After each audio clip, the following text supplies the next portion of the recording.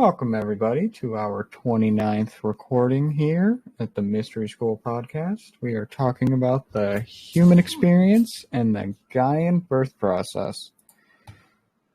So, one of the first things that we must understand before going into this conversation is what is even the beginnings of the Gaian birth process. Well, there is dying in your first life, whatever that life may be, whether you're a bug, you're a rock, whatever your density of that form was and your new experience is to be. Or you were entirely a fifth density being, sixth density, and you were called to come here and help the already ascending population into their process. And, you come here with gifts and you come here with tribulations. It's all really a process, and it kind of goes all over the place. Now, I know I gave that a very, very brief description. We can go much deeper into it, and we have here many, many times. Xenox, is there anything you want to say on the reincarnation process and why it's important to really understand, other than it's kind of just your reason for coming here? In the context of birth or just in general? Just in general, really. I'm gonna say that reincarnation can be an evolutionary process for the soul. Just as you might have a species grow and develop traits and become stronger, smarter, faster, better, in whatever kind of way, so does your soul. Hopefully, karmically, you've made the right choices. You learn and grow, go through whatever lessons. Sometimes you could be an advanced being, but you come here for a very simple lesson. Earth has a wide range of unique experiences, I'm sure. But you don't have to start your reincarnation process on Earth. You could have started it elsewhere and chose Earth as a part of your learning grounds. But when the soul reincarnates, at what point in the birthing process? That question has been asked by many mediums, and it kind of varies. They do say that life can be conceived at the very point when sperm does meet the egg. There is a flash, a photonic flash that you can actually view under a microscope, and that's at the point when a soul can start binding itself to the physical form, and so it starts creating an energetic connection. At which point the soul has a complete connection. Can actually vary from anywhere from at the very beginning points of the pregnancy to actually post-birth. At the point where that soul will essentially incarnate into the child. So it's a kind of a varying process for those of you that are pro-life or pro-choice. It's honestly, the question is just as complicated in the astral realm, but that's neither here nor there. I do have to say that reincarnation in the life process that you go through here will affect your soul in unique ways, and will affect other lives to come. So that's my take on it. Junk, is there any quick things that you want to talk about the reincarnation process and how that relates to Gaia? Well, yeah, I actually think you had a great forward. Earlier last year, winter solstice, I had a whole presentation on the evolution of consciousness for my Star Bloom talk. And, you alluded to many aspects of that, but the most important elements of reincarnation is what you get from your subjective experience. So in the successive evolution of the soul, there are constant frames of reference we need to personally experience so that we can learn more about ourselves. And of course, the self is not just your humanness, it's every form you've ever taken. So definitely important, especially as we come closer to the Gaian birth process, which is, as we would like to say, human birth into physicality. And from that state, or from that reference point, this is where we, as the soul, begin to cultivate self-awareness. And this is a very interesting lifetime, because now, instead of instinctively doing things or following patterns within nature, you're actually becoming conscious of your actions. And that is extremely important, especially with the conversation we're about to get into.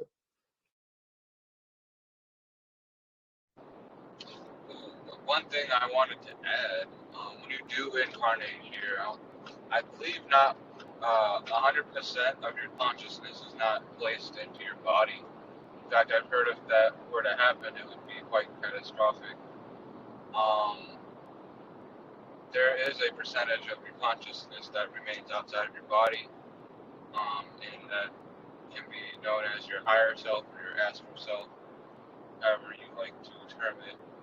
The soul can fragment itself, so between incarnations, you could, this is where things get kind of complicated. I know I've heard people can have kind of like separate incarnations, kind of that overlap slightly, or almost simultaneous, but that's getting into a whole nother realm, so I'll let you guys go on.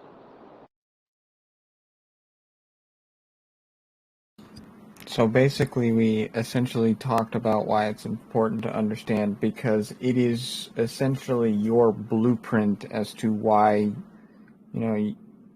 whether you decided to come here, whether it's, plucked out of the great existence beyond, however the decision is made for you, individual, as a soul, to be here, it is, really up to you and how you figure that out, because everybody's purpose, path, destiny, whatever you want to call it for yourself, is different. You can't necessarily compare yourselves to somebody else's path, because it's really about your own development and when you're really ready to step into your own. But enough about the process, because we've talked about the soul's journey way too much around here, and we will continue to talk about it. So, kind of the burning conversation that was already started before we even recording. Annually, how much do hospitals make from childbirth, and what are some of what are problematic practices? Granted, yes, they've been studied for hundreds of years. They've worked. There is ways to go about it in the hospital. I understand that. However, there is a side to bringing children into the world that is been known to be better, is known to be faster and much less painful on the individual person and, the mother, if you do it right, because it's all about psychology. It's all about, getting yourself in the mind frame to not psych yourself up when you're in that position of doing it at home, because when you do it at home, it's a completely different environment than a hospital. And in a hospital, you got, from what I understand, 5, 6, 7 people all around you doing different things, and then you got your loved one, in your face asking you what you need. And I can understand how immensely stressful that situation can get, and it's one of those things that is very unique, and I I can understand how it can be very beautiful in both regards for a lot of people, whether you do it in a hospital or whether you do it at home. And one thing I want to very much stress in this conversation is we're not saying which one is bad, but we are giving you, the option and to let you know that there is a choice. You don't necessarily have to go about it a certain way just because the system tells you have to. Before we go any further, does anybody have anything to say about that? I know I didn't really talk about how much they make because in a way they could make billions, they could make trillions. At the end of the day, it's not like they're doing anything new. And it's not like they're coming up with any new techniques. They're just still doing the same. They're just still pumping them with drugs. I hear there's more C-sections than ever. So that's just putting people under and cutting the baby out, having no connection with the mother at all right after the child is born, which is a very important thing that we will get into later. But again, does anybody have anything to say before we have any further comment into this rabbit hole that is the hospital birth? Yeah. Well, I just want to say, as a man, I've had several births myself. Just kidding. Man can't have that. Anyway, actually, I have a very interesting vantage point because I worked in the hospital for 13 Yep. years. You and Hope. I had the unfortunate circumstance of seeing both life and death in that sector of the hospital. And what's a morbid fact, shall we say, is there's a lot more deaths than people would normally think. I mean, because there's this consensus that being in the hospital is the safest place. It's the most quote-unquote sanitary. All the practices are in, perfect control.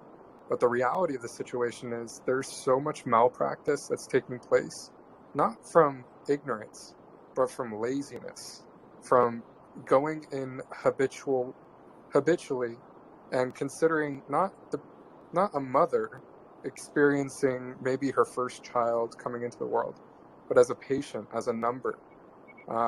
Something that we did to decondition ourselves from the patients in the hospital is you constantly call them by their last name, right?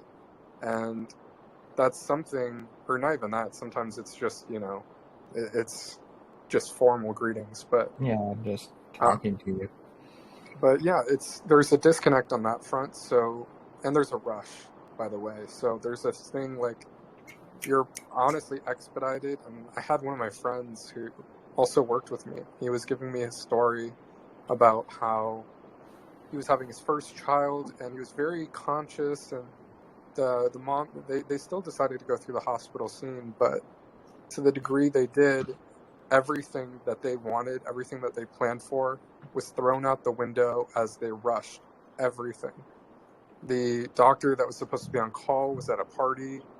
All these things were kind of thrown to the wayside, and they basically shoved the husband out of the room so that they can force mandate a C-section, as you alluded to, which is a moneymaker, by the way. A lot of people don't know this, is that there's a kickback. There's incentive for pushing certain procedures. So I'm not going to get too far into that because that is a rabbit hole, but I will say that the hospital, from my vantage point, has been, to a degree, just, it doesn't treat the human process of coming into this world as a divine entry. It treats it like the DMV. It's like, take a number, get in, okay, let me stamp you, let me put this, let's traumatize the child behind all behavior. And the thing is, that's the misconception, is that childbirth is supposed to be smooth, it's supposed to be gradual. And the best way to know this isn't to look at hospitals or to look at other humans, but actually to look onward to the animal kingdom and see how they birth. Because it's that same successive, natural, organic entry into the world that we should be mirroring ourselves.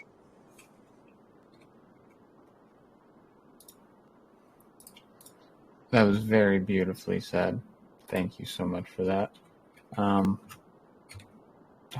is there anything that you want to share about your experiences with being in the hospital and births themselves, just before we go any further about that one? Well, I come from the days when it was the 70s, the 80s, and the 90s, and we had one doctor that would rush, and then there were the times where dads didn't go in. And through my career, then we started letting dads in, but we also held classes for the mothers that were going to deliver there so that they could see where their experience was going to be and that sort of thing. Seemed to me that there were some mothers who were very well prepared, and their pain threshold didn't seem to be an issue at all. And then there were those that had a difficult time dealing with the pain. We had one doctor that did not want to give anything, which is great. We had another doctor that did what they call paracervicals, which gave the mother a little bit of rest if she had a long labor. Looking back, I'm sure that laboring on your back in my own experiences is probably wasn't the best thing, but it's what we did and what we knew then, or seemed to be the custom. I think it depends on your doctor. When it comes down to it, I think there are some that are very passionate about their practice, and I think there are those that get into it for the money. But I can tell you that now liability for obstetrics is forcing doctors out of the obstetrics area because of the cost.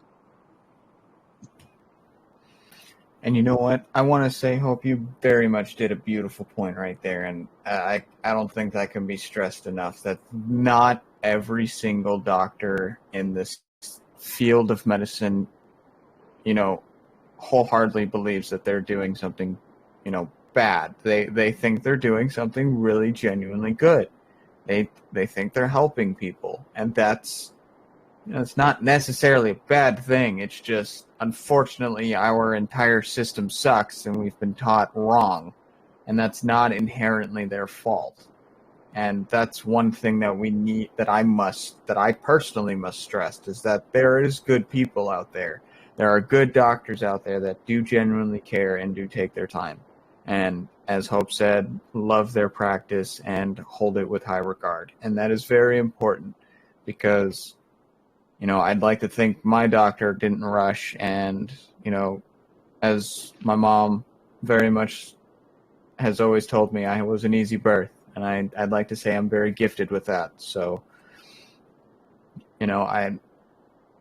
it's a very interesting slope to come into this world. It's not something that's easy, and I think there are ways that we can go about it that could be easier.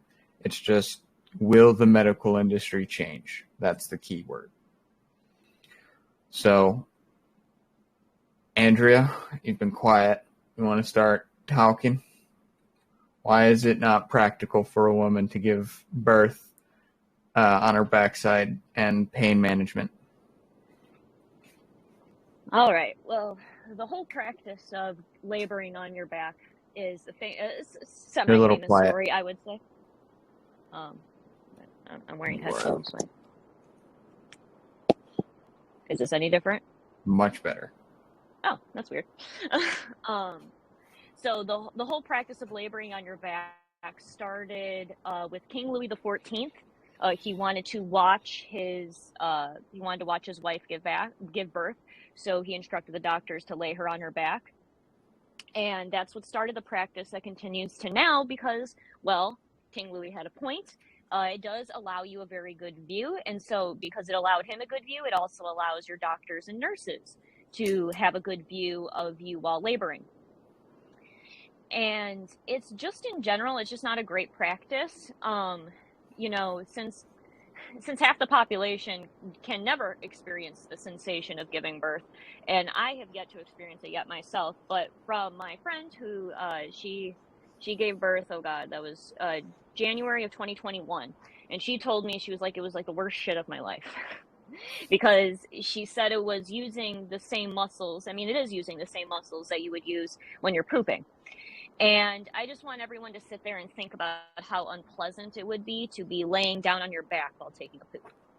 You know, if you wouldn't want to do that, I wouldn't want to also bring a child into this world either, because in general, you're not using gravity to your best advantage.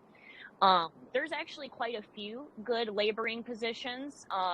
A common one is the squatting position. That's like the classic, like, bust down into your best Slav squat, and like you're pooping in a little trowel hole that, you know, you're like when you're camping. It's like a natural position, and it's one of the most natural positions that like women would give birth in throughout history. In fact, there's also chairs. They're called birthing chairs that, you know, allow you to squat in a position, and they have a nice big hole so that the baby doesn't bonk its head on it, and so you're able to catch it. Another good position is if you get your hands on your knees and then you do knees in, calves out. It's also a good recommendation if you're ever struggling with constipation. Putting your knees together opens up, relaxes the muscles, and specifically for women, opens up the pelvis to the widest that it can go, allowing the baby to flow out a lot easier. But just in general, you know, you can run down the list, and I have a whole long list.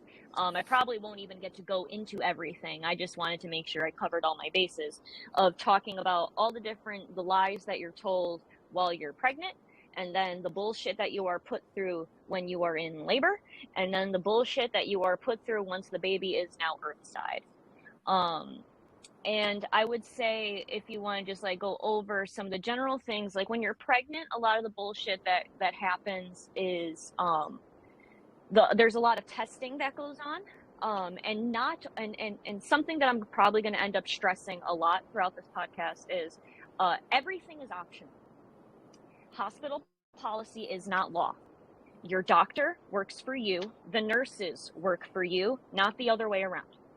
And frankly, no is a complete sentence. You don't have to explain why, as much as they would beg. No is a complete sentence, and if they do anything otherwise, it is classed as assault, which is something that I know Hope has touched on, because a lot of the liability risks have started to go up with OBs, because women now are starting to realize that they're doing a lot of things to you down there when you're in a really stressed out kind of environment that classifies as assault.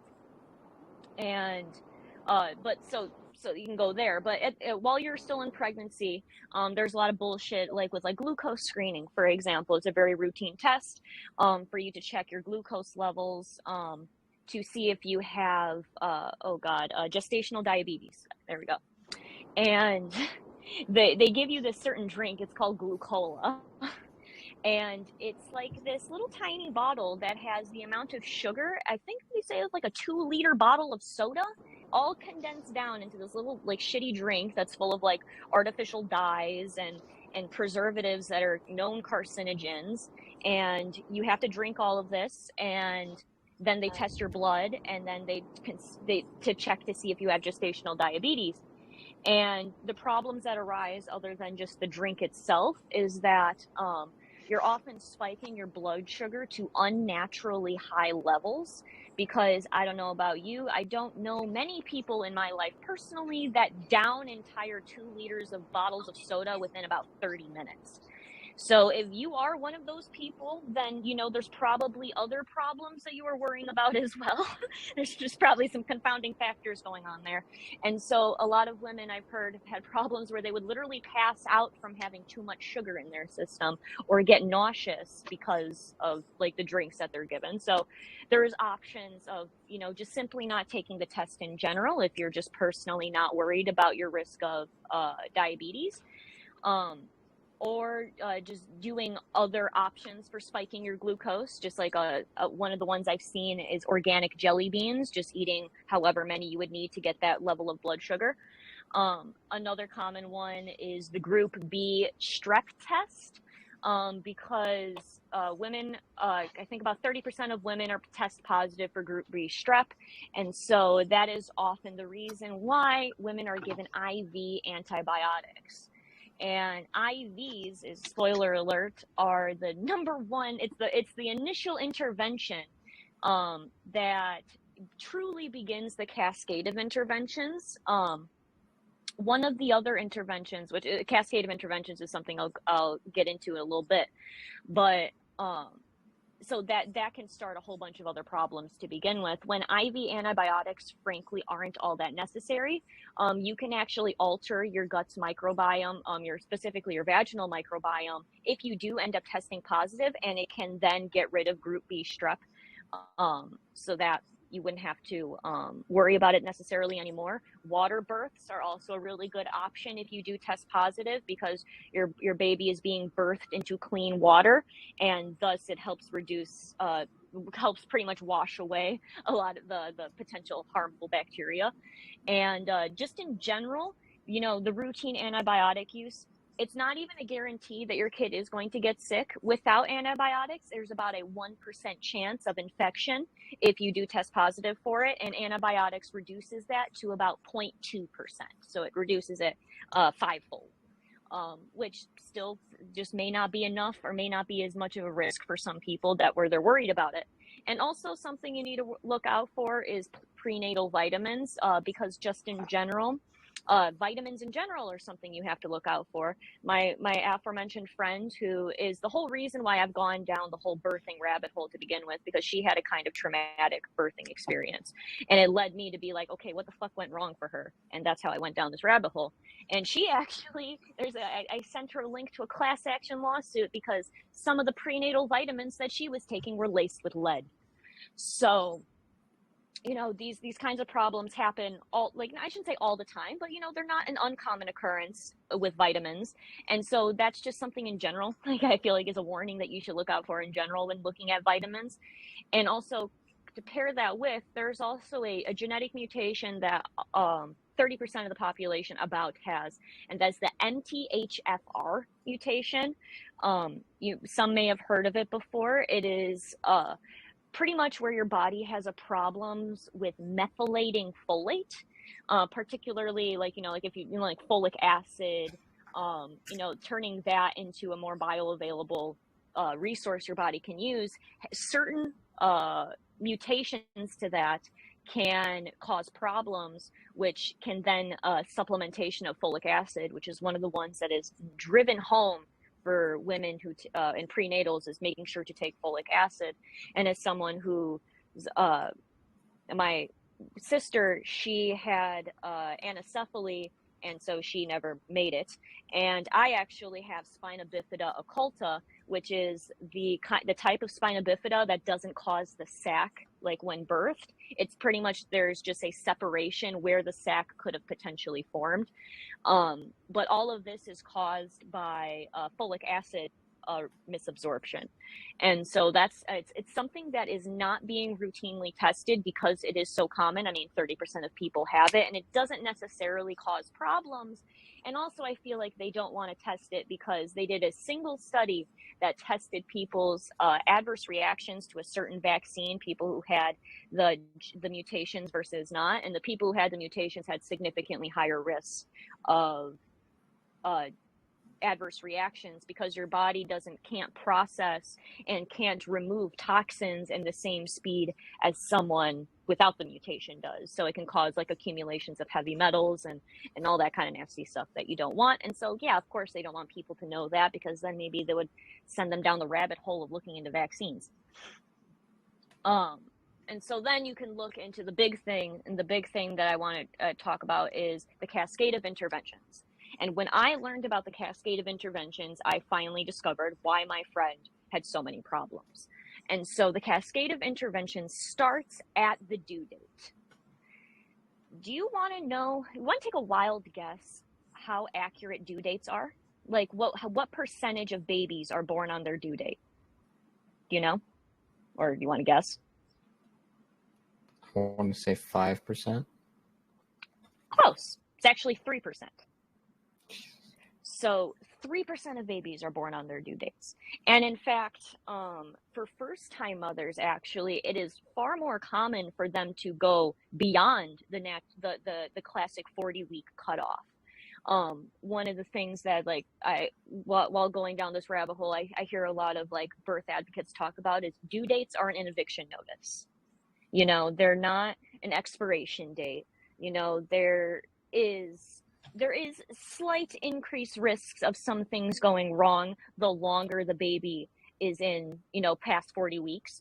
But in general, like there was studies that were done that the average day for a spontaneous birth is about a little bit over 41 weeks. So about a week after the due date, where, you know, there's not much increased risk of problems at that point. It's just simply when most women's bodies are ready to go into labor.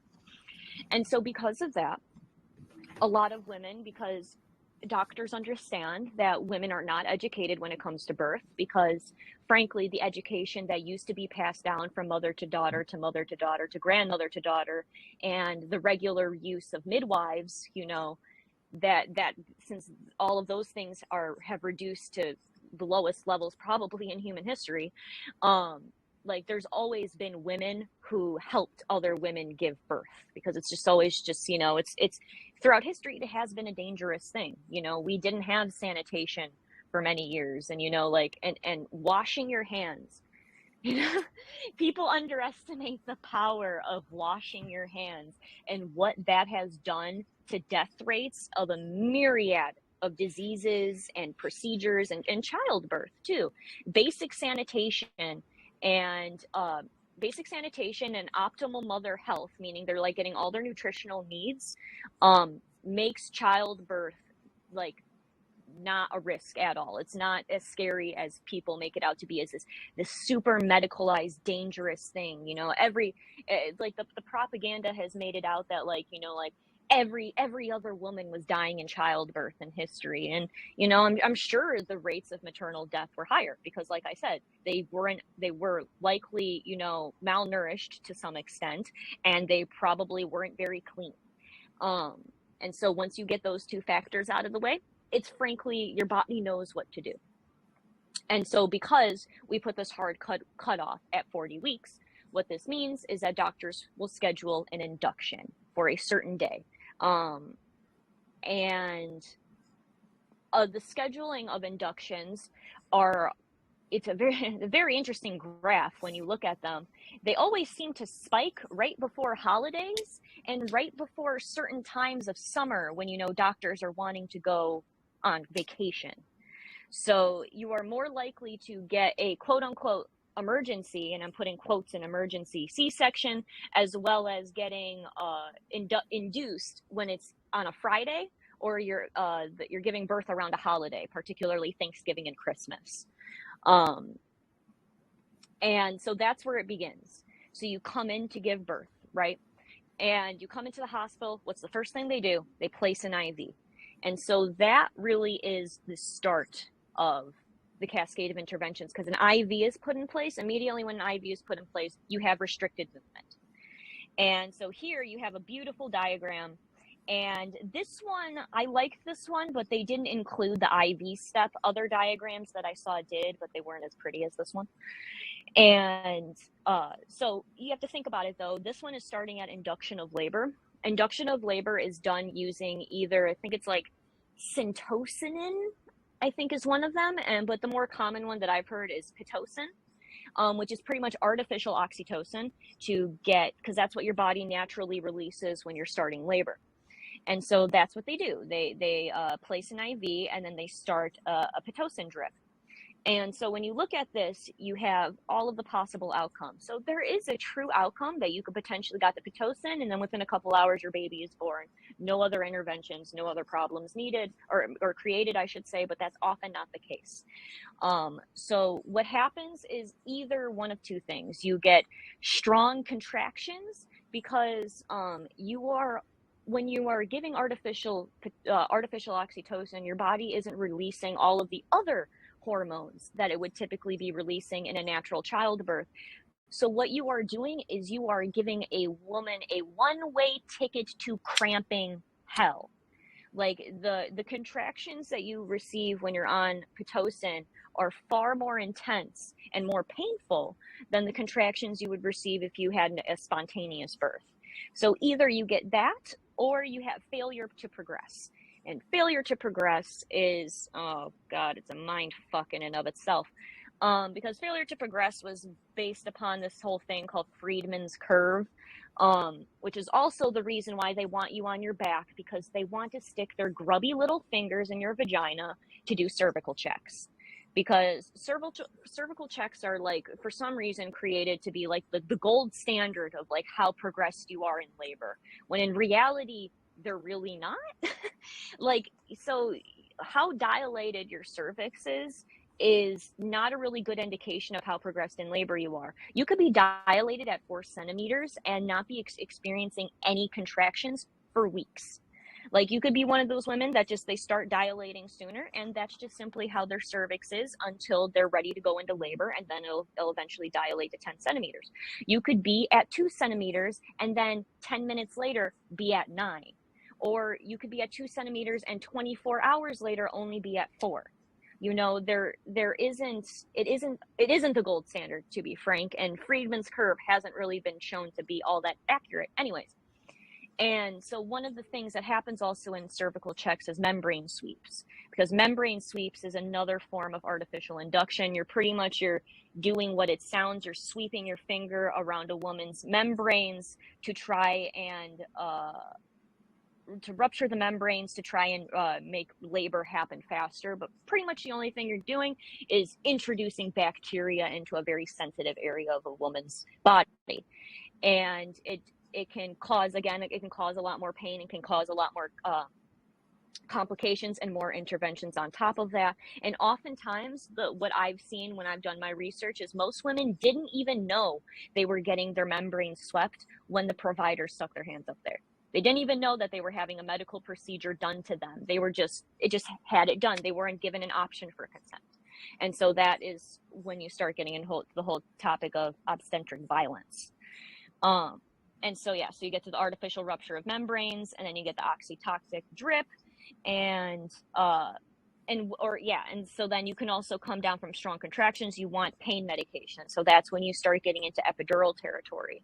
And epidurals are, they're good at what they do if they do end up working. I know some women, they had the whole needle stuck in their back, and it never actually worked. It failed. And oftentimes a lot of the things that they put in epidurals are things like fentanyl and just whatever kind of concoction that particular anesthesiologist prefers to use for their epidurals. It varies from hospital to hospital, and from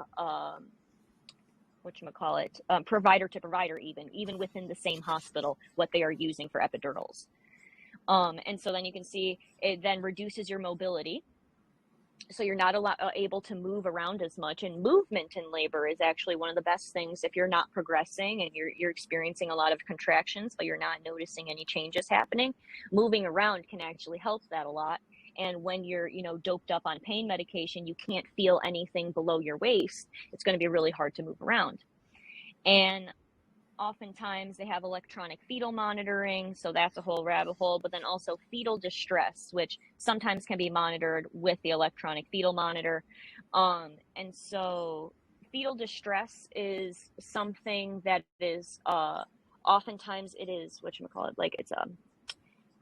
it's things that are called fetal distress aren't actual fetal distress, and are just natural things that infants do when they are preparing to come out the birth canal. Because one of the things that happens is a baby's heart rate will reduce when it is preparing to enter the birth canal, because you're going in for a tight squeeze. It is probably just thinking on like a biological level, probably doesn't make sense for your body to be pumping out blood like really rapidly if your entire existence is about to be squeezed out of the birth canal. So a lowering of an infant's heart rate while in labor is a completely normal thing, but it is often used to scare mothers into getting a quote unquote emergency C-section. And that is where you get the whole idea of, there's elective C-sections where, you planned, you knew what you were doing. You decided that you wanted to get a C-section. You planned it for a date and time. You came in, had your C-section, you left. And then you have things called crash C-sections, which is where, you know, if you do not get this baby out of you in the next 2 minutes, both of you will die type of C-section. And then you get the middle ground, which is the area of quote unquote emergency C-sections. And so if anyone knows anyone who has experienced emergency C-section, maybe even potentially had one themselves, if it took about, you know, 15, 20, 30 minutes for them to prepare for your emergency C-section, it wasn't a true emergency. Because if it was a true emergency, they would have done zero of the preparation that they likely did in order to have that C-section. They would have, you know, ripped that baby out as fast as they could because your life was literally in danger. If they had time to, you know, to wheel everything in and get everyone coordinated, frankly, nobody's life was in danger, but their pocketbooks were about to get a lot fatter because they were about to, you know, they're about to have an operation, which this wasn't something I mentioned earlier, but out of pocket. So let's say you're going into birth, no insurance, and you're paying out of pocket in a hospital. It's about $16,000. Depending on where you are, it could be anywhere from like $10,000 to $16,000 for a vaginal birth. And then it can be anywhere from $20,000 to $30,000 for a C-section. So you can see, you know, the price differential. And this isn't even, I couldn't find numbers talking about how much insurance companies are charged for C-sections, because I mean, if anyone has ever looked at what your insurance is charged for basic medical procedures, yeah, it's astronomically different and higher than what somebody who is insuranceless and paying out of pocket is paying, because frankly, insurance companies will just write them the check. They're not going to question it. And so, yeah, so you go down the line here, and you get forceps or vacuum extractions, which then leads to an episiotomy, which is, and how you say it, episiotomy? I think that might be how you say it. It's pretty much where they cut your perineum. They give you the snip in between your vagina and your butt to allow for more room for the baby to come out. And that's where you get the whole concept of the husband stitch, which has largely, thankfully, been taken out of practice. But what it was, if you're not familiar, is where they would purposely stitch up your episiotomy, one stitch or two stitches too tight, thus making sex very painful for you to experience from thereafter. Because, you know, God forbid a woman's vagina is loose after childbirth. And I'm not even joking. I mean, not even like you're supposed to be having sex until at least 8 weeks postpartum. But, you know, you got to look out for those husbands, right? And yeah. May I add something there, Andrea? If I can add something there. When they do an episiotomy, they do not cut into the vagina. They cut into the perineum. Yeah, no, the vagina is right. The vagina is totally gone. The vagina is totally gone when a baby comes through. Yes, that's what the cervix is. And when the cervix is completely dilated, the doctor cannot cut into the cervix. The doctor cuts in to, yes, I know. I've seen them, and I've seen them tear. Yeah. Oh, okay. Okay. No, I'm saying where the perineum is, because I know not everyone knows where that actually is. I'm saying like it's the area between like the opening of your vagina and your butthole is like what is considered the perineum, and so that's what's getting cut. It's just allowing for that area to expand more so that the child can come out. It can, and like you said, it can also tear on its own too. There's also some shady stuff that goes on with tears too. If it's a level 1 tear, so a pretty mild one, you don't actually potentially need stitches for it. You can just, you know, just make sure you keep the area nice and clean. And then you can avoid having to get stitches. But if it's anything more than a level 1 tear, anywhere from level 2 to level 4, it's recommended that you get stitches. But yeah, so then when you continue going down, you know, you get cesarean sections or C-sections, and then breathing difficulties, potential resuscitation, separation of mother and baby, slow to suck, jaundice, and then eventually it can lead down to problems with breastfeeding. So, and then, you know, once you start having problems with breastfeeding, that's when they can, you know, make sure, you know, here's some formula, you know, just in case. is always the thing that they do. And so, oh God. So once you're down all of that, once you've gotten through all of that, and that's not even including like, you know, things like, oh God, where did I have it? Oh yeah. Something I wanted to add, yes, was things that contribute to labor pain is something that, like, I'm gonna be really honest, growing up, giving birth terrified me. Because, you know, like you would see like in the movies and in TV shows, like women screaming bloody murder when they're giving birth. And it's like, you know, there, you never like, I don't know, correct me if I'm wrong, if you've seen this in media, I would love to see it, a non-traumatic sounding birth in media. I don't think I've ever seen it. It's always like this like really dramatic, scary sounding thing, you know. And labor doesn't actually have to be painful, which sounds kind of crazy, where it's just like, what, you can actually not be in pain. And yeah, there's orgasmic births, which are a whole different territory, where some women literally orgasm while the baby is coming out. It's not necessarily the easiest of things, and you kind of have to be knowledge of it going into it. It can happen rarely on your own, but you would likely already be in a very comfortable scenario for that to be happening. Because, you know, if you think about like the whole circumstances surrounding birth, you have strangers in your room, you're in an unfamiliar environment, you're constantly being asking questions, you're under fluorescent lights, you have an IV in your arm, you're not allowed to eat or drink because it's quote unquote hospital policy, and you know, you're potentially dealing with rude staff, and then you're getting constantly pushed with interventions that you already told the staff going into it that you didn't want, and now here they are asking you for the fourth time if you want an epidural, and you know, and eventually maybe you are just going to crack. And that's where the whole idea of midwives and doulas, birthing doulas, come into the picture. So a midwife is a regulated term. So it's a woman who has gotten some kind of certification, usually some kind of degree in midwifery. And there is like a certification process, while a doula, on the other hand, is completely unregulated. It's not like an official term for anything. And while a midwife may potentially have an RN, so they may be a registered nurse, or they may have other qualifications, a doula may have neither, and simply can just be someone with you in the hospital room who can talk to the staff on your behalf, who you beforehand, you talked about your birth plan, what you want, what you don't want, and they will be your advocate for you while you're in a deeply emotional time. And so those are a really good option. Obviously, you do have to pay for them. You know, there's not many women who are going to do that for free.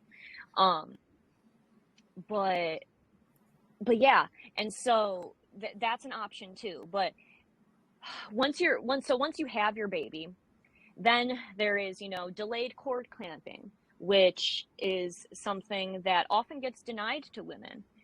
They often have to fight for it. Like my friend tried fighting for it, and without her consent, she had her cord clamped at 5 minutes while it was still pulsing red, and they decided to cut it and clamp it then when she asked for it to be white.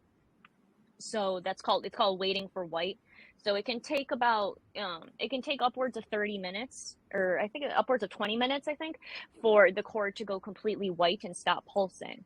Because what is inside of that cord is quite literally your baby's blood. It is not the mother's blood, it is the baby's blood. Because like I said, it's a very traumatic experience going through the vaginal canal for the infant.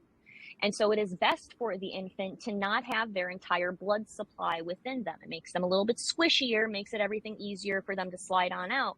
And so it's 30% of their blood is sitting in the placenta and the umbilical cord until the cord goes white. So like from the moment that they're born until the cord goes white, that's about 30% of their blood. And we know when you allow delayed cord clamping to happen, you know, obviously you're getting all that blood back, you're getting hemoglobin, you're allowing their blood pressure to stabilize, your cerebral oxygen goes up, their red blood cell flow goes up, breastfeeding duration increases, stem cell volume increases, and their immune system, immune cells are also increasing as well too. And when you allow delayed cord clamping, You have decreases your risk of brain hemorrhage, enterocolitis, late onset sepsis, need for blood transfusions, anemia, medical ventilation, or lowers risk of anemia, medical ventilation, and umbilical infections. And it can even be done after a C-section as well. You don't have to immediately clamp the cord during a C-section. It just obviously just requires more work for the provider. And while also delaying cord clamping, there's this whole concept of the golden hour. And the golden hour is immediate skin-to-skin contact between the mother and the infant for between 1 and 2 hours immediately postpartum. And I'm not talking about, oh, just a quick, let me go weigh them. No. Let me just wipe this. No. Like just nothing. Literally just leaving the infant with its mother. And there are, how many steps to this? Let me count. 9 different processes the baby goes through when they are allowed a golden hour. So that includes the birth cry, which is something that has a lot of misconceptions surrounding it. The baby doesn't actually need to cry technically until the cord is clamped, because until the cord is clamped, it is still receiving its blood oxygen, the whole reason why you are breathing, from the mother. And so that's why sometimes the cry can be subtle. It doesn't have to be like a raging, screaming cry. And it doesn't necessarily have to happen like seconds out of the birth canal. And in particular, it's stimulated more when the child is allowed skin-to-skin contact with the mother, which then also allows for relaxation, awakening, initial activity, rest, initial crawling, familiarization, suckling, and then, of course, sleeping. And that's why they recommend, within the first hour of postpartum, initiating breastfeeding. The sooner the baby is like interested in latching, and the sooner you can get them to latch, the lesser problems you're likely to have later on with breastfeeding. And oftentimes that is taken away. It's taken away, it's not very common now for women to even catch their own babies. When you think about it, it's kind of hard to do when you're laying on your back to begin with. It's not the most, you have this big stomach in the way, and then you're also trying to like reach down and trying to catch them that way. I mean, it can be done, but oftentimes the baby is caught by the nurse or the doctor. In some instances, the father, but it's not really common. Not super common, I should say. And the best thing for it is for the mother to catch her own child. But if not, immediately handing the child over, giving a blanket, and then just not touching the kid. Depending on how long the kid has been chilling in the amniotic fluid while in labor, will determine how much Vernex, which is that like cream cheese looking coating that you see like on babies. Some of them have more than the others. Typically, the longer that they've been in there, the more of it will fall off into the amniotic fluid that's surrounding them. So you may have like a cleaner baby than others, but some of them look like they just had cream cheese spilled all over them. And all of that is like, it has healthy bacteria, it moisturizes the skin, and just in general, as long as there is no, I can never remember the proper name for it. It's a merconum. It's pretty much like where the baby poops in the womb. Muconium. Muconium, there we go, yes. That's pretty much the only time when you would have to worry about wanting to wipe it off the baby, because, I don't think anyone would want a poopy baby. But other than that, as long as there's none of that present, leaving it on there or just gently rubbing it away is the best thing for the kid. It's the least traumatizing thing for the kid. And that's like I said, that's often denied. And then people wonder why the rates of formula usage in America is just so high. And rates of formula usage in general are so high because you're denying all of these opportunities consistently for the mother to initiate breastfeeding. And one of the other things that isn't a focus isn't put more on, because there is so much money in formula, is lactation consultants. So pretty much every hospital that has a labor unit is going to have a lactation consultant. But, it's typically, there's only, unless you're in a really big hospital, there's probably only one on staff at any given moment. And how effective they are going to be for you personally is hit or miss. And so there's lactation consulting services that you can get outside of the hospital. if you continue to have problems with latching, with breastfeeding, with milk supply, with all of these different things. And frankly, one of the worst things you can do for a woman's milk supply is to supplement with formula. And it's really hard. It's really hard because there's so many lies that are put around infant formula in general. But there's just no denying that we're really aware of the correct species of breast milk for the correct infant species when we're dealing with animals. We're super aware of making sure, if you have a newborn kitten, making sure they're getting the correct cat's milk that's as good as they can for that, or for dogs, or for other little animals. But for humans, we're just oh yeah, here's some corn syrup solids and some artificial minerals and some high fructose corn syrup, and that's fine. And a lot of people, they've switched, or a lot of attention has gotten to European, the EU certified infant formulas. Those tend to be a little bit better, and the graphic that Scoob has had on screen is actually showing just that. So you look at the formulas on the top.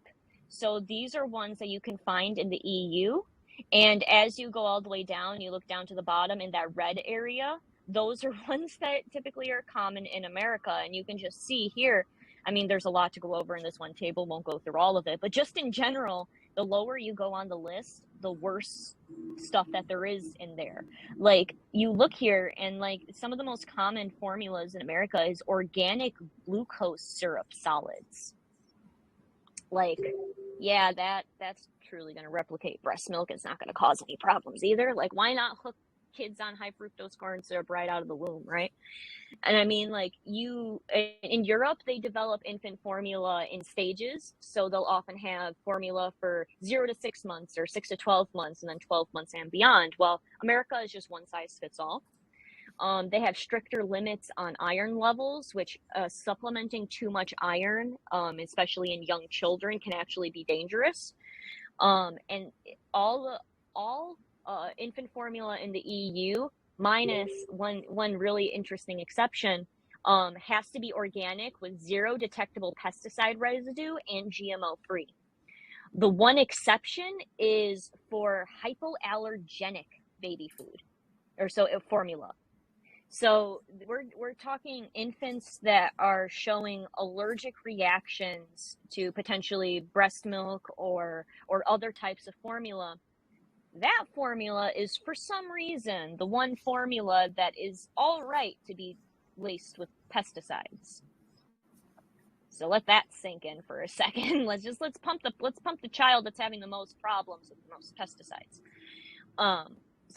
But that's also the case in America, regardless. But and also in the EU, they are sucrose free, so they don't allow sucrose to be used as the sweetener in formula. They typically use lactose instead. And America has absolutely no regulations on it. So sucrose is often used, and high fructose corn syrup, or just corn syrup in general, is often used. And also something interesting in the EU is they have goat's milk formula, because oftentimes it's cow's milk solids that are the main carbohydrate source in formula, and that can cause, I've seen class action lawsuits of it causing necrotizing, it's necrotizing, I don't know the proper name, but it's pretty much where a part of your intestinal tract starts rotting away on the inside. I actually know somebody who had that and had to have surgery when he was 12 years old, to cut out a part of his colon that had literally rotted away on the inside. So he's missing a decent portion of his large intestine, and he was, I think it was Similac that had the class action lawsuit. I was an Enfamil baby, but I think it was Similac that had the class action lawsuit. The only sad part is he had to be under the age of 18, and we are in fact in our 20s, so he didn't qualify for the lawsuit. But you can kind of pair 2 and 2 together. That could have potentially even been the cause. But I mean, you can even go into the shots that they give in hospitals. Yeah, that's a whole Like, nother rabbit hole. We don't need to go into that one. I have just a couple things that are on them, just generally, that like there's two shots that are given immediately upon birth. It's the hepatitis B and the vitamin K shot. Vitamin K shot is to prevent. It happens in about 1% of infants who aren't supplemented vitamin K. It's like it's a blood clotting disorder. I don't know the actual medical term for what it is, but it's life threatening.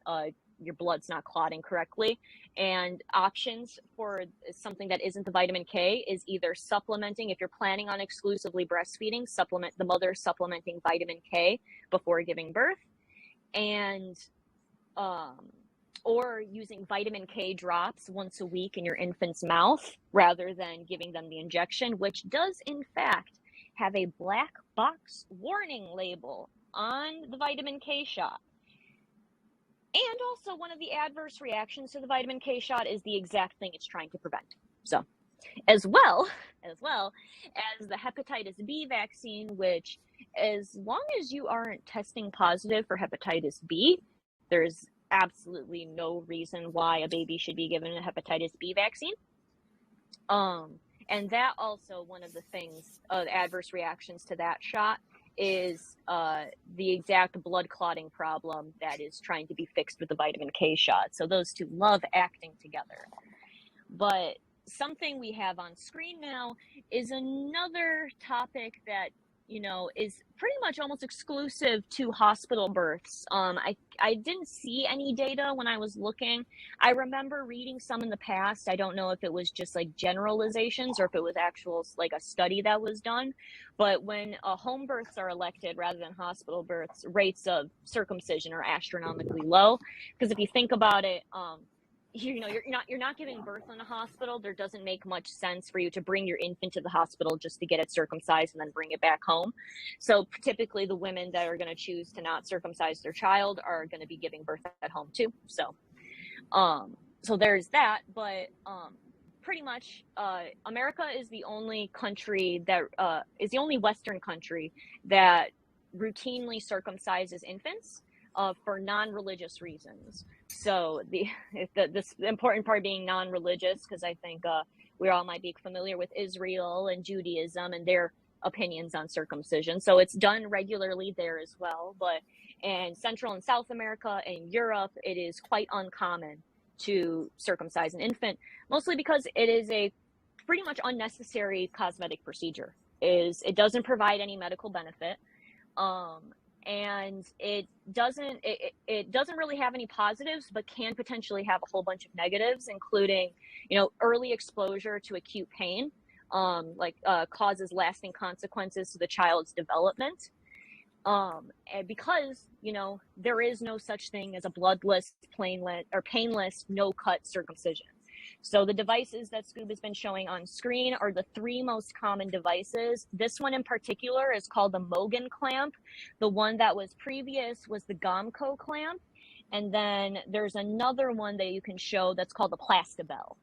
And so all of these devices are different, used for different techniques in circumcising infants. And just for some like more data on it, there was a study that was done that showed that you would need to circumcise 900 infants to prevent 1 case of penile cancer. So that's when there was rates that were done on penile cancer. So you first have to imagine how rare penile cancer is in general. It's just simply not one of the things that often gets cancerous. And when it does, so you would still have to circumcise 900 babies in order to prevent 1 case of penile cancer. So, you know, it doesn't really seem all that compelling of data. There was a study that was done that showed that circumcised children had lower rates of UTIs than uncircumcised children, but the study did not control for iatrogenic causes, which iatrogenic means caused by a medical procedure or medical intervention. So pretty much when you have an intact child, you are not supposed to retract the foreskin for any reason. There's no reason to retract the foreskin. From what I read, it's the equivalent of peeling back a thumbnail or a fingernail or a toenail.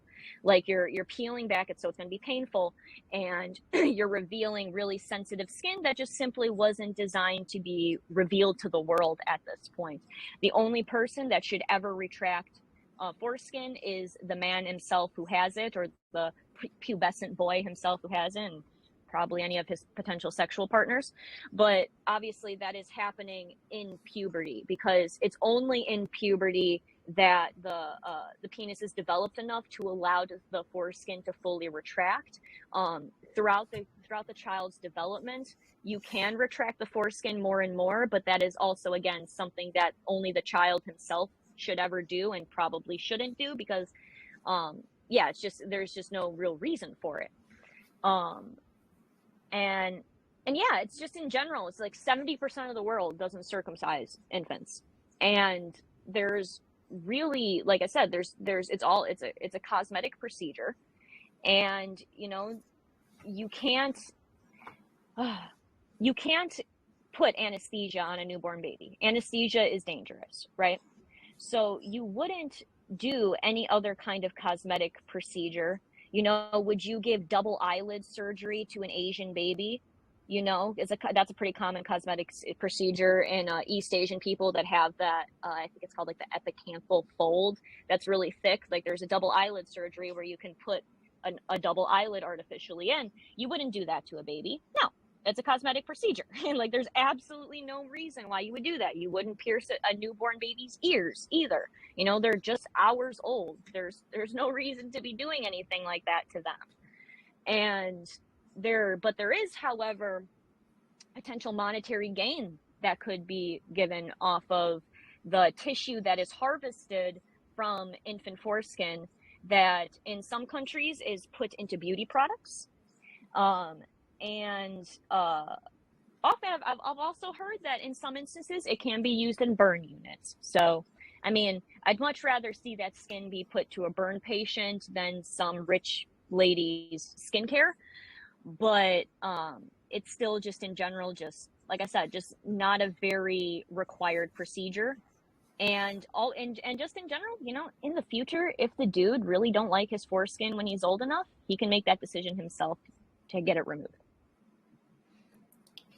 Alrighty, so we talked the absolute rabbit hole out of hospital births. Thank you for that, Andrea. That was a very good insight and a lot of good, compelling information. But going on to the other side of the coin, what are the benefits for home birth in contrast to the hospital setting?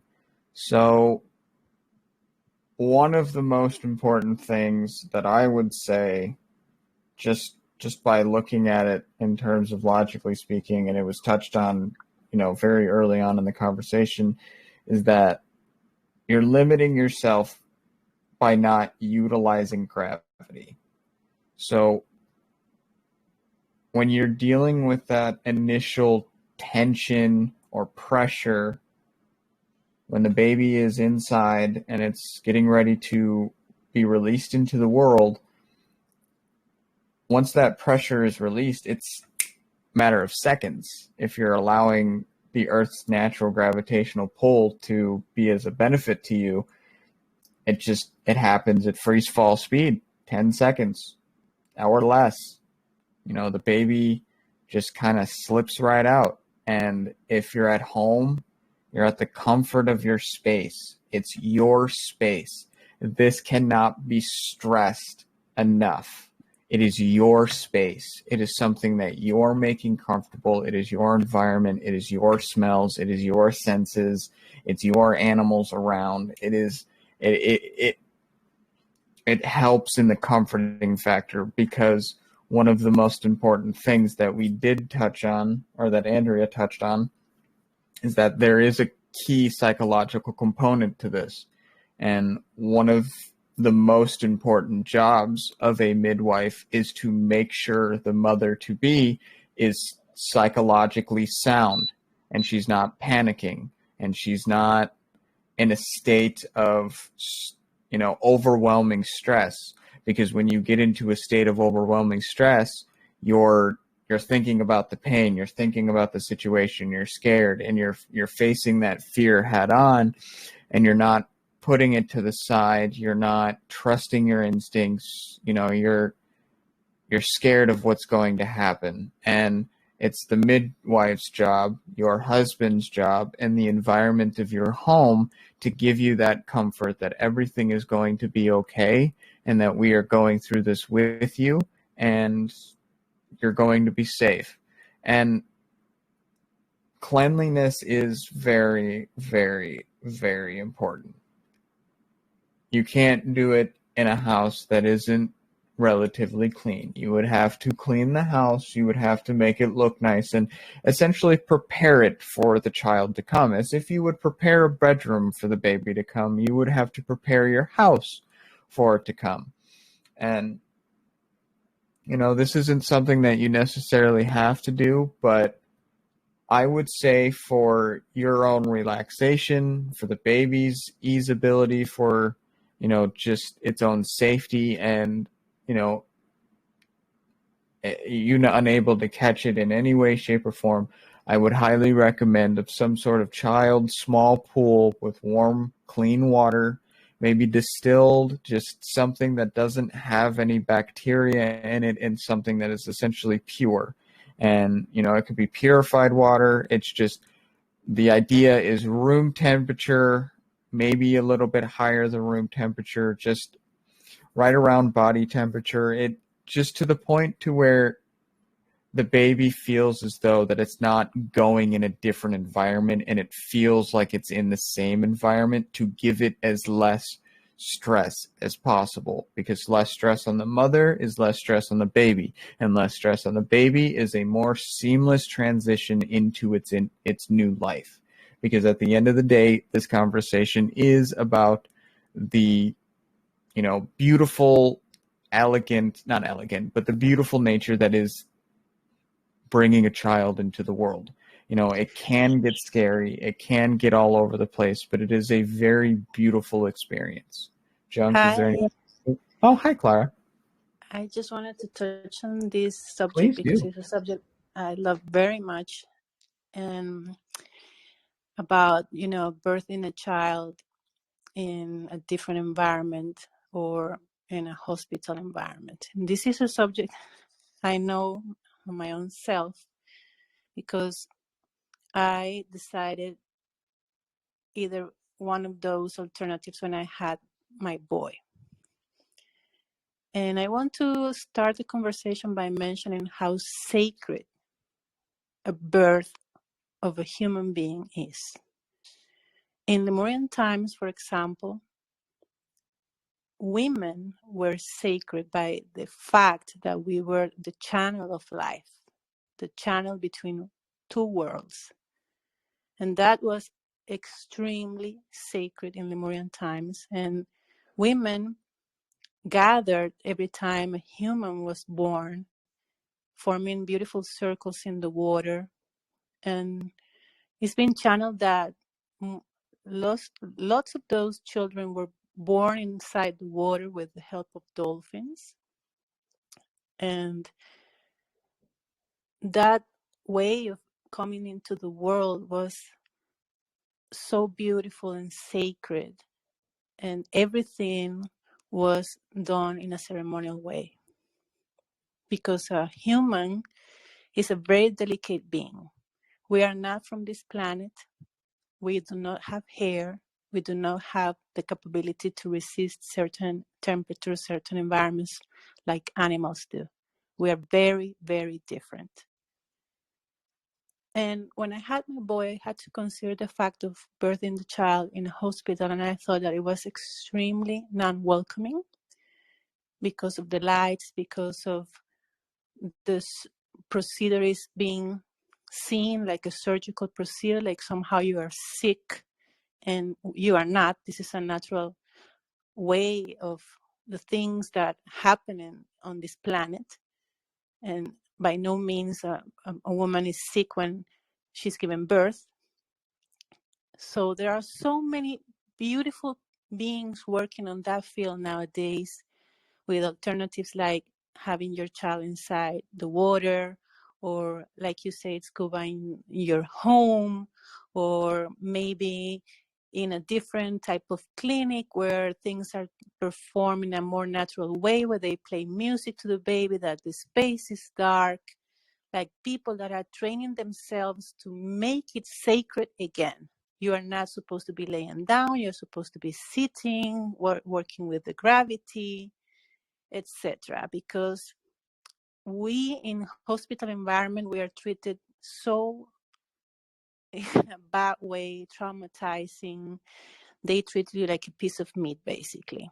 So this is something that so many people are working to change. And I have to say, even doctors, I know so many people working on obstetric field that they have changed the way they see the birth, and they are working with different alternatives, studying native communities to reinstall the proper way of giving birth back again. But you need to be helped by people that understand how important having a child is first, that you cannot understand birth the way animals give birth because they are prepared to be on planet Earth. We are not. We need certain things to prevent a disaster that have happened at homes when people do not prepare themselves well, like child dying, because I know very few cases, but I know some. And believe me, you cannot recover for something like that. And third, you need to be surrounded by people that resonate with your heart, resonate with the way you want to give birth to your children, resonate with the people that love you, the people that are closer to you, to your heart, that can be your best friend, that can be your partner, that can be your mother. It can be sacred. You can surround yourself with your best friends, have a circle again. You can make it beautiful, but you need to be prepared. And I do not agree with the extreme hippie style people that do not go to controls or anything, because that child can have the umbilical cord around his neck. And if you don't know that, that child is going to die.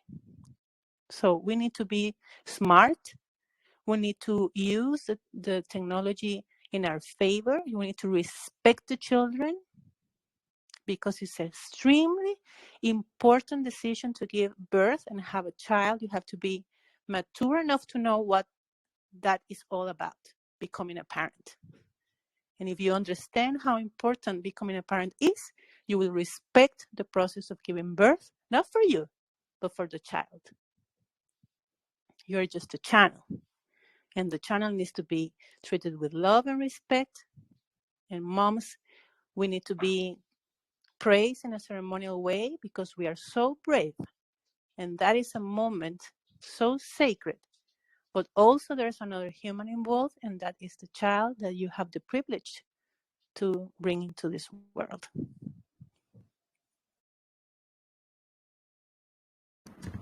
Very, very, very beautifully said, Clara. That was just so many good words said in that. Just as always, you just bring it hard, bring it sweet, and just bring it with such a passionate way. I love it so much. You did a good job. Thank you. So I don't think we really need to talk about breastfeeding because Andrea hit that really hard on the nail.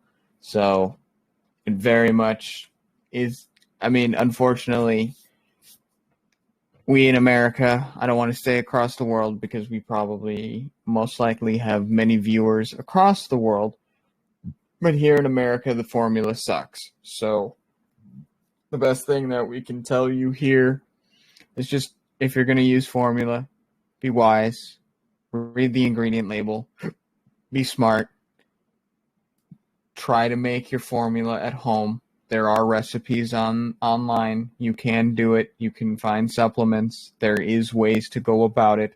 It's probably much healthier if you did it at home. Regardless of the GMO fruits, it's better than having artificial chemicals, artificial sugars, artificial flavorings. It's just smarter and better.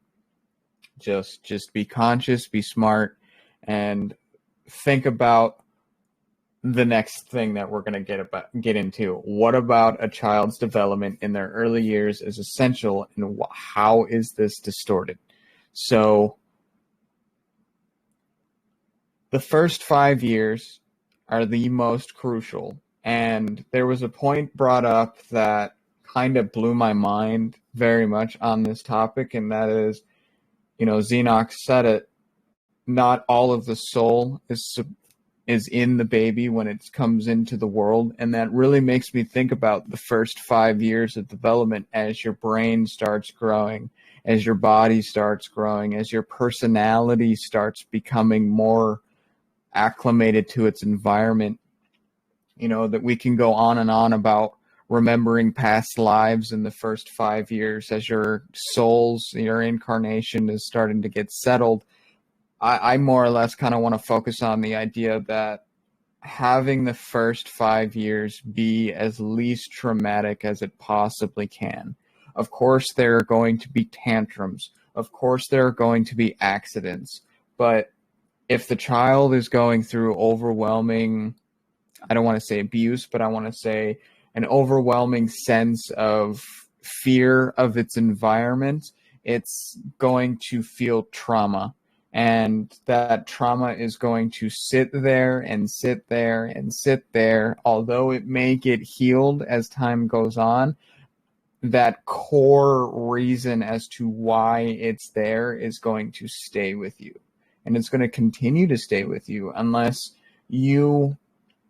I hate to say this because unfortunately a lot of us have done this throughout our awakening process, and that is digging deep, ripping it out, ripping off the Band-Aid, and feeling the feelings as an adult and recognizing them. And, sometimes you may have to give yourself a hug, and it's a very troubling process to go through. It's not easy, and it's not something that's going to, happen overnight if you do go through these traumas.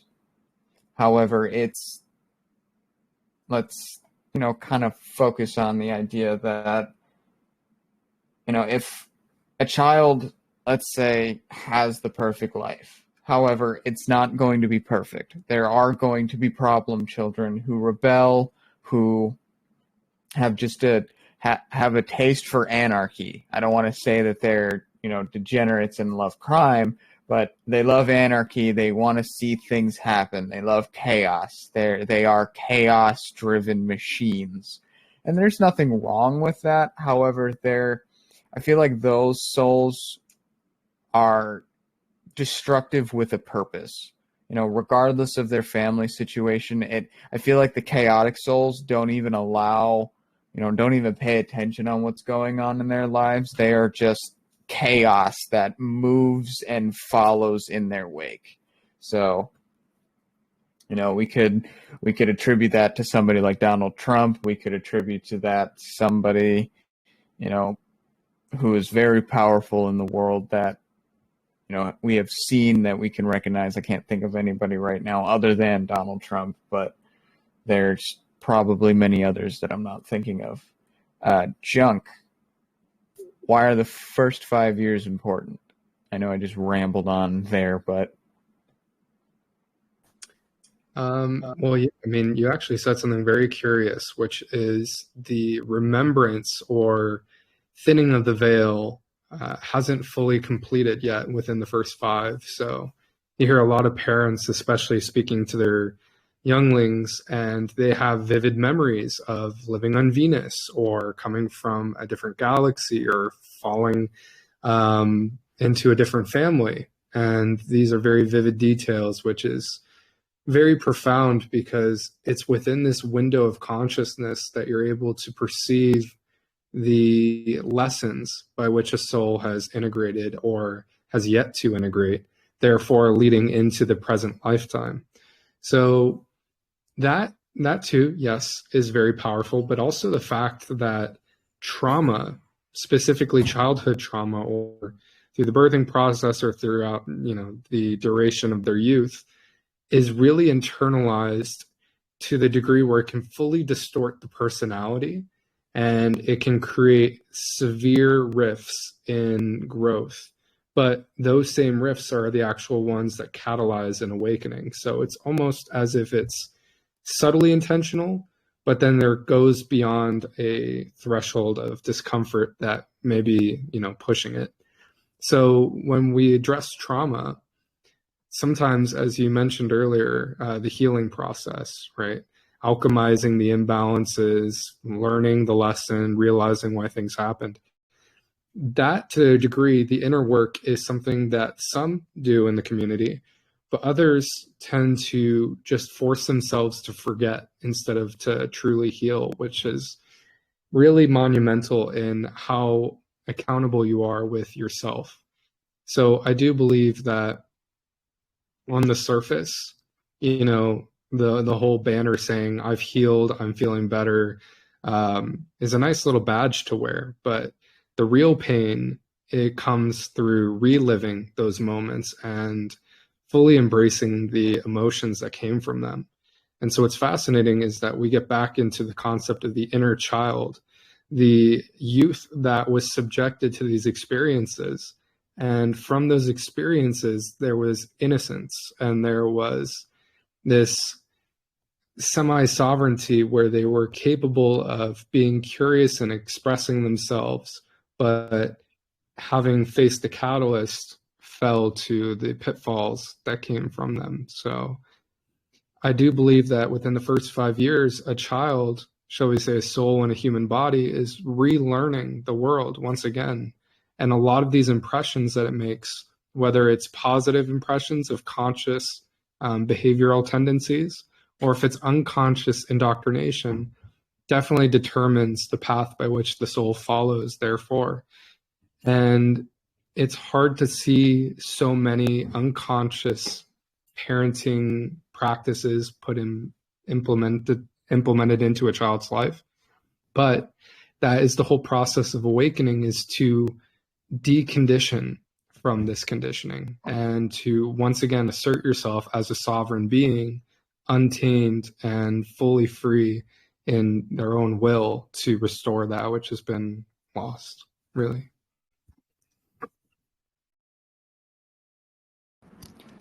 That was beautiful, Junk. Thank you. What are some helpful ways to heal from childhood trauma to restore the human experience? So, just to get this one right off the bat, it's the easiest one. It's the one that all of us can really take the time to do, and it's the most helpful in my opinion. There are many ways to really tap into this, but it's just going into a meditative space and digging out areas of your subconscious that were locked away, opening doors, busting them down, just really just ripping your hand in your depth of your soul and just ripping it out, looking at it, feeling it, accepting it, and growing from it. Wherever you do that, that could be in your room, that could be in nature, that could be next to a river, that could be on a mountain, that could be at a park, that could be at your job, that could be in the bathroom, that could be in the shower. Anywhere you decide, or anywhere your brain just opens up the floodgates for in your inner mind, just accept it, because know that it's a point in your life that you're healing. You've done a lot of work, and it's now time to face these head on, because that you're ready for it subconsciously. Your body knows, your spirit knows that it's time for you to let go of these traumas, to upgrade yourself, and to live at a higher vibration. Now, it's going to be very scary. It's going to suck. But if you keep going, if you keep trying at it, and you don't give up, you will eventually, find a whole new horizon that you ever thought possible. Another good method is completely and utterly shifting your environment, getting completely away from where you were in that present moment and just flipping it on its head. Me personally, I moved completely to Nashville. For Junk, he went completely across the world into Chile and, found a whole new culture and experience and a way of life. Does anybody else have any experiences to extreme environment change that very much helped them heal?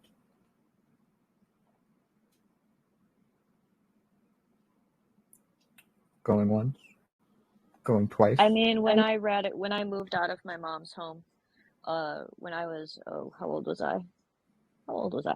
I was 18. Yeah, I was 18 when I moved out. I lived with my brother up in good old Manitowoc, Wisconsin, for about 6 months or 4 months with my brother, and it was kind of like the trigger that I needed to start the healing process, because at that point I had gone through some very, very major trauma, not only in childhood but recently too, with the death of my grandmother, who was effectively my mother. Like, I don't think as an infant I bonded with my mother at all, just given what my baka told me. Like, as an infant, like, she said that my mom showed absolutely no interest in me, and so she was pretty much the one that was left to take care of me. So I think that's why I kind of imprinted onto her rather than anyone else.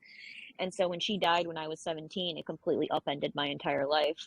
And it wasn't until I moved out of the house that I lived with her in and I grew up in, and I was in a completely different town, a completely different state, far away from, I had no friends, far away from everyone that I know, that it started the process. I don't think absolutely any healing went on then. That came years later, but it was like finally, like, the broken bone had emerged through the skin and I finally had to address it.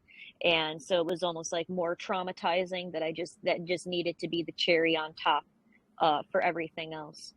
But something I wanted to add though for the previous question I didn't get a chance to, was two of the best things that you can do for your child's development, if you want specifics, is co-sleeping and gentle parenting is what it's called. So for co-sleeping gets a really bad rep because it is often connected to SIDS, despite the fact that SIDS is far more correlated with infant vaccine schedules than bed sharing ever was.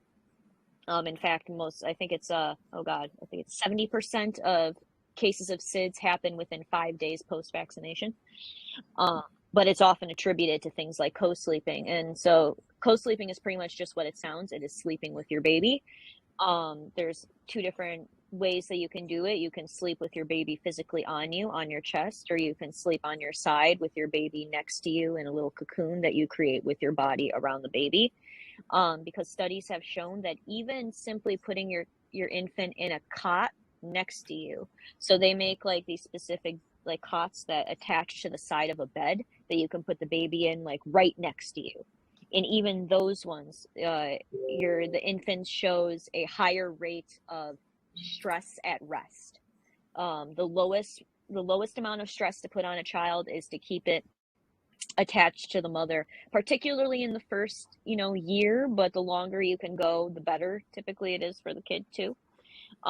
So that's a big one. There's a whole bunch of resources that you could look into, like how to co-sleep safely, and a lot of the scare tactics that are put around co-sleeping are regards to mothers who were on drugs or alcoholics who co-slept with their baby, and then resulted in infant death. And then also sleeping in sofas and recliners are not recommended for co-sleeping because there's too many nooks and crannies that a baby can fall into and suffocate. But if you're just on a good old mattress with some pillows propped up, you're fine. And the other thing is gentle parenting. Gentle parenting gets a bad rep because of its name. They're like, because it is gentle in comparison to the typical parenting tactics, right? Like the typical way that you see frustrated parents yelling at their toddlers, yelling at their babies even, because of how frustrated they are. And that is the ultimate test, is being able to regulate your own emotions enough to then be able to model that emotional regulation to another child. So that's something to definitely consider before you even have kids. Like, are you able to regulate your own emotions to be able to put up with a frankly annoying 2-year-old? and not absolutely snap on them. And and how are you going to deal with tantrums? Because tantrums are, they're if they happen in public, they're very embarrassing. Even if they happen in private, there's still a lot to deal with, because you're dealing with a highly unregulated little demon child that like, is not easy to deal with. But they are, in fact, it's developmentally appropriate for children to be having temper tantrums, and the way that you help them in that situation will then forever determine the way that they regulate their own emotions moving forward. You, as a parent, has to think about the fact, especially if you are having problems with emotional regulation, you have to consider that the reason why is likely because when you were in those exact developmental stages, you weren't modeled the correct forms of emotional regulation. And so it's going to be more effort. It is going to be difficult. You are going to want to cry and scream and just potentially get violent and like all of these kinds of things, because it is emotionally overwhelming. And so that's something you have to keep in mind, is that if you want to model children that can handle their own emotions, that can be the best person they can be emotionally, the least stressed out child they can be, you're going to have to do that. And that comes with the tactics that are used in gentle parenting, which pretty much just mean no yelling at your kid. Is like the very simple thing, and that's what makes it gentle. If you look, like I said, with co-sleeping, there's a lot of resources online looking into gentle parenting. I wouldn't dismiss it simply on its name alone, because I mean, would you consider like nicely would you consider like gently holding a baby like to be something completely abnormal? Or would you consider someone smacking a crying newborn to be something that is considered regular parenting? Like, no. It is the fact that we have pretty much normalized forms of emotional abuse onto young children, that is why seeing regular parenting, seeing healthy parenting done to a baby, and a toddler, by comparison, it is gentle. And so there's a myriad of resources. I won't go into all the different tactics, but yeah, there's a myriad of resources online and books and stuff that you could look into gentle parenting. And also, it's never too late to at least try. Once you get past those key developmental ages at the age of 5, there's going to be some dysregulation that's instilled in them that will never go away. But if your kid is 7 or 10 or even in a teenage years, there's still ways that you can remodel your behavior and correct things to a certain extent, then, so that you don't have to think about you don't have to be the parent that is being talked shit about in therapy. You can, in fact, be the parent that all of your kids' friends look to be like, shit, I wish my parents were like that. So it kind of mitigates, that whole thing. But yeah, that's what I wanted to add. So another, going back to the final question, another good method to heal that I just thought of, it's kind of cheating, but psychedelics.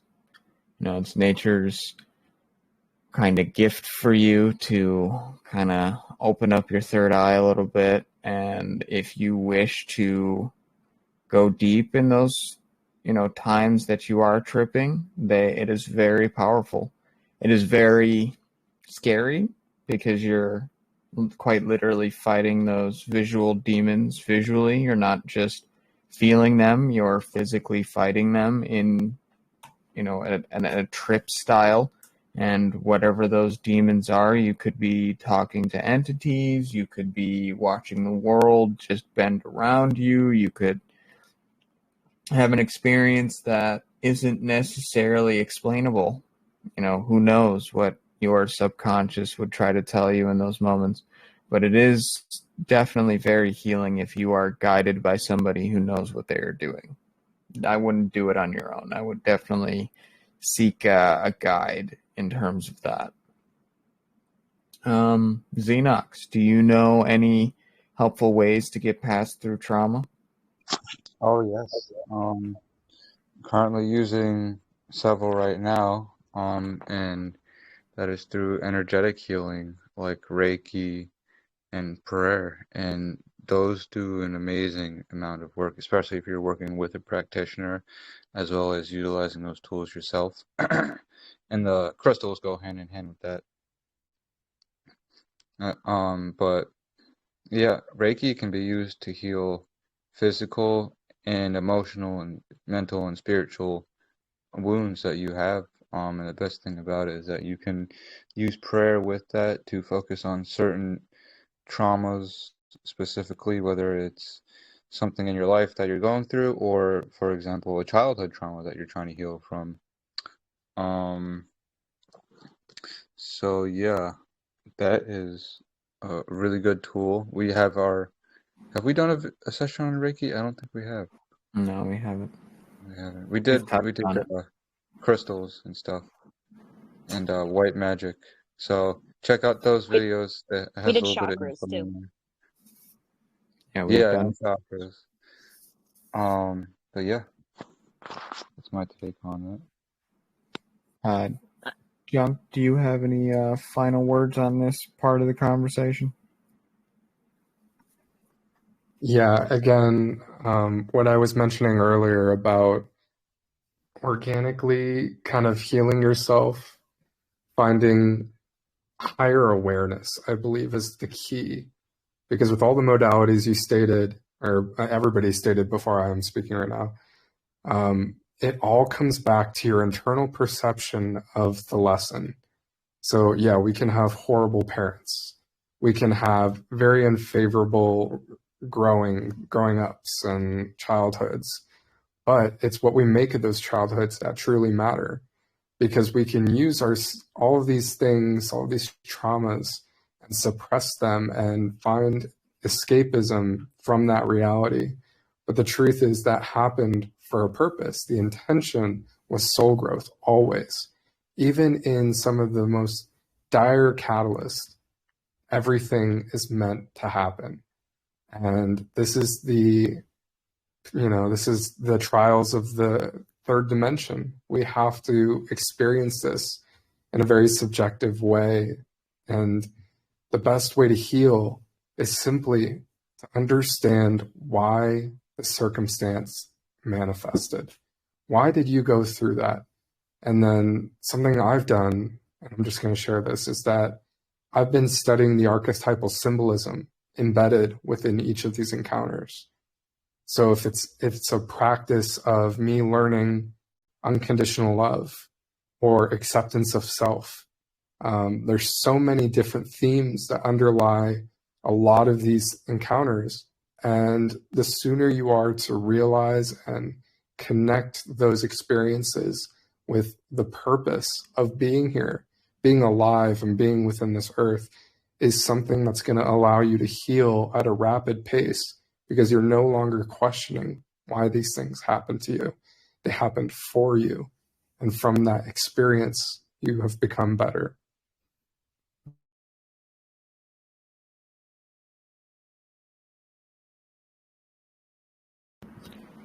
Beautiful final words on that. So that was the Gaian birth process. Thank you so much for coming. I am not done yet. There's still a little bit to get into. We have 3 things left before we end off the night. And the final thing we do is a nice little video that was posted in New Templars, but if you haven't seen it, it's monumental and something that we have touched on multiple times here in Mystery School. So, as usual, got ourselves a very interesting set of anomalies. Junk believes that this is one craft. I'm on the fence about that. I would say that they're definitely 3 different craft. I mean, if it was one craft, it would be one solid object. But I can understand why he thinks it would be a one craft, because it's got that triangle shape as you look at it zoomed in. But I don't know. With the infrared, it's around, those, it's usually when we see infrared, it's usually the solid object that's generating heat. However, as I look at this image now closer, there's like very distinct like edges around that you can see, which is a little ominous. So I don't know. Junk, what do you think, man? Well, again, for anybody who's looking at this, these are 72-hour feeds, constant from the satellites LASCO C2, C3, and the one you're viewing right now is full infrared. And the space between, just to give a full layout for anybody who's new, the center white circle at the very middle of the image is the true size of the sun. The darker opaque red circle is a camera sensor to preserve sensor for obvious reasons. And anything that comes highlighted within the field of view, and this is the space between Earth and the sun, anything that shows up usually highlights to a certain degree, especially in infrared. And just as Scuba was saying, it's going to be heat derived as well as reflective. So I was flipping between different images and you can see the different star field behind, but in this one, these were very distinct and it was only for one frame and they were extremely close to each other. So I think, I'm just saying it is that kind of configuration, the delta configuration, but you're right. It could very well just be 3 different orb craft that are hovering near each other because it's really hard to say until we see a fully definite body, as we do with the cylindrical craft. But observing these is kind of like observing art. We have to interpret as we will. This is the best we're going to get from NASA. They're hiding all the good stuff. I'm sure they got the 4K res behind the scenes, maybe even 10K at this point. But yeah, this is just a gift that we're able to get this much information because we don't have to wait for disclosure. We are disclosure. And I think that's something that's really cool. And that is a very beautiful point mentioning that, because look at that, everybody. Holy shit. 82 fucking hertz. Wowee. Last week we had 190 something, 180 something, and now we're at just under 100 the next week. Goodness. Wednesdays are the day, let me tell you. Hump day, baby. Good comment. Love that. But yeah, John, talk to us about the Schumann. Did we talk about it in the last one? We did. Major. Well, yeah. Anyway, we're pushing boundaries, you guys. This is very important to correlate all these energies entering the collective and how you integrate them specifically. You've probably heard throughout the community ascension symptoms, aka the acclimation process of your vibration. And through our synchronization with Gaia, which is pretty on point with today's conversation, we find that there's certain shifts or spikes that happen within this field of Schumann that affect us all on a planetary level. So you basically, as a conduit of this planet and a conduit of source, you feel that flux within you. And what the Schumann helps you do is it correlate these, happenings or these symptoms or these feelings. And you can use this for the best because you realize that a lot of the energies are derived for you, and that specific groundedness that we feel, especially when there's a spike in amplitude, is something that is so powerful and integrative. I love to just find that in high moments of spikes, my body just naturally falls into sync with sleep and dream state, and I get into a very lucid state of awareness during my dreams. And through my dreams are keys, like codes. And this is what's really powerful, something that Dylan talks about a lot, which is light codes. How do you interpret the light codes? Because each of them are a codex, and your consciousness is the key. something to decipher what is hidden within. And 82 is a big one. As you can see, it's like a flood. This is exciting because we're moving into even more monumental shifts. And I'm sure Scoop is going to pull up the sun in just a moment, so we can go check that out. But always exciting to see a big burst on the Schumann. Yeah, let me get the sun out here. I was going to show a little bit of the sun, and then I got one more video for us to look at. So overall, we had a relatively quiet period, nothing super crazy to worry about. Last week we had the X class, but like I said, that didn't really hit us. Mostly caused geomagnetic storms. Made the Aurora Orbilis. I know I mispronounced that. Andrea can virtually slap me later. Where was I going with that?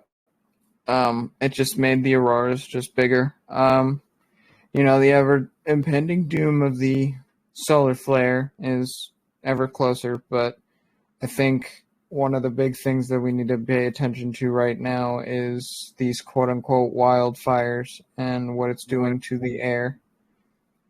Hey, Scuba. Go for it. Where does it go? Where does what go? The edge of the sun. Does it just like rotate? Damn you. I knew you were going to say that. Damn it. We're not doing flat sun tonight. God damn it. I don't know, man. It's looking kind of flat on my screen here. I hate all of you. I do not advocate for this. That is a sphere. That is a spherical ball. Flat sun merch coming soon, you guys. Keep a lookout for that. I don't know. Black Sabbath had a song called "Hole in the Sky" about the sun. It's pretty interesting. So let me help you out here. To each his own. Oh, man. All right. We'll play that final video of the night, and we will call this the end of week 29. All right. So Junk shared this yesterday morning. I blew my head off because it's something that I've been talking about for many years. I'm not going to lie. There was a while that I thought I was crazy. Didn't even think that it was really going to be possible that shit like this was going to start coming out. But thankfully that whistleblower bill is giving us some nuggets very steadily, and this is one of them. Enjoy. I will start, since we have to be brief. I have already given all pertinent information and supporting documentation to the Senate Intelligence Committee and Arrow. They informed me that all of my information will be recorded for public record and shared with Congress. It is that important. In 2010, I was selected to go down to the South Pole Station in Antarctica for an entire year by Raytheon Polar Services as an employee of a third-party contractor for the National Science Foundation. I function in a dual-role capacity as a tradesman and a firefighter.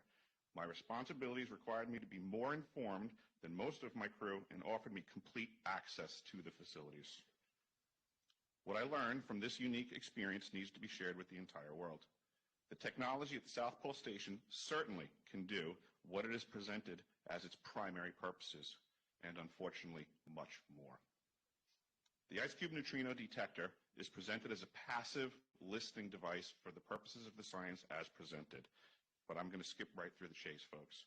I have provided documentation that proves that the 5,160, what they call DOMs, that are embedded in the ice can actually transmit at 2,047 volts each. That gives us a long list of things to consider. It is effectively a multifaceted directed energy weapons platform that I will list rapidly a few things that it can do. Vehicle detection. We're learning that these off-world craft, on-world craft, ours or other nations, are also emitting neutrinos. So this makes the South Pole Station effectively an air traffic control station for this new level of equipment that nobody's discussing. I'm going to rewind a few seconds, and I want you to really think about that on things that we have discussed here many, many, many, many times. Even just outside of Corey Good and the bullshit that he said. So this makes the South Pole Station effectively an air traffic control station for this new level of equipment that nobody's discussing. In addition to the ability to detect neutrinos and the exotic vehicles, I provided documentation that shows that this is also a system for faster than light communications. In the past, Gary McKinnon has hacked NASA, found the off-world fleet, the list of captains, and it's apparent that if we have faster than light vehicles moving throughout the system, we're going to need faster than light communications. This is that facility. Unfortunately, I have other bad news. The season that I was there, 2010 to 2011, we converted from construction to operations and maintenance in both the elevated station and the detector array. Unfortunately, when they first fired it up, that was when we had the earthquakes in Christchurch, New Zealand. There was 2 incidental shots before they were able to target it correctly. This is an earthquake generating device as well. This is the weapons of war that we have to deal with now and what Raytheon's hiding. There's an ELF system at the South Pole Station that when I arrived, I was told it was off, dismantled, and completely defunct. In my work, I will rapidly just tell you, I had to figure out the circuitry for certain other repairs, and I found that this system is in fact completely energized, up and running, and being utilized with the other systems for nefarious purposes as well. The Atmospheric Research Observatory is in what we call the clean air sector. I witnessed myself a very powerful green laser shooting out of the top of this facility into the cosmos. This, I believe, is a secondary form of long-range communications and or a defense system. I am not saying that we need to be scared of anything that's out there, but please understand the military-industrial complex is happy to invest all of your money in alleviating their fears. A question of power comes into play for all of these facilities that are present. I assure you, I knew what was going on. I knew the load demands of the facility, and all of these new items exceed the demand for the systems that I was presented.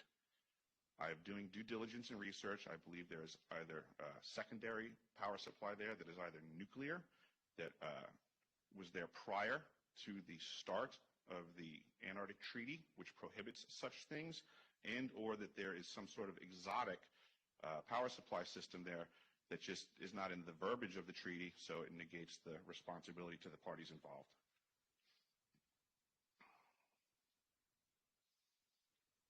I think that pretty much covers it for time. If anybody wants to find out more, I have a website where all this information is at. For brevity, I'll wrap it up, but you can go to deciphering.tv. I've documented all of this stuff, and information is available.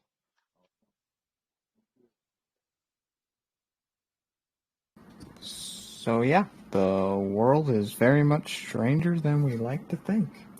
But that is all she wrote. I don't think Junk has any ads for me for Know Thyself. Junk, do you have anything you want to say on that? Or are you keeping tight lips?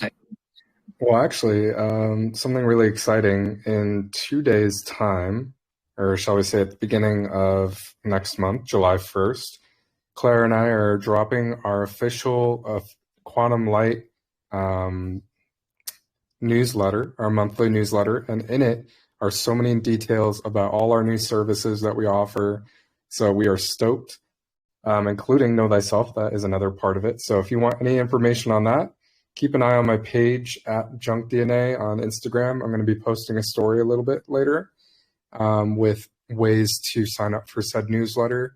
And you're going to be seeing a lot more promo, but more specifically, follow at the Quantum Light. That is Claire and I's respective account that we share together, our business, and you will get all the updates through there. So thank you so much.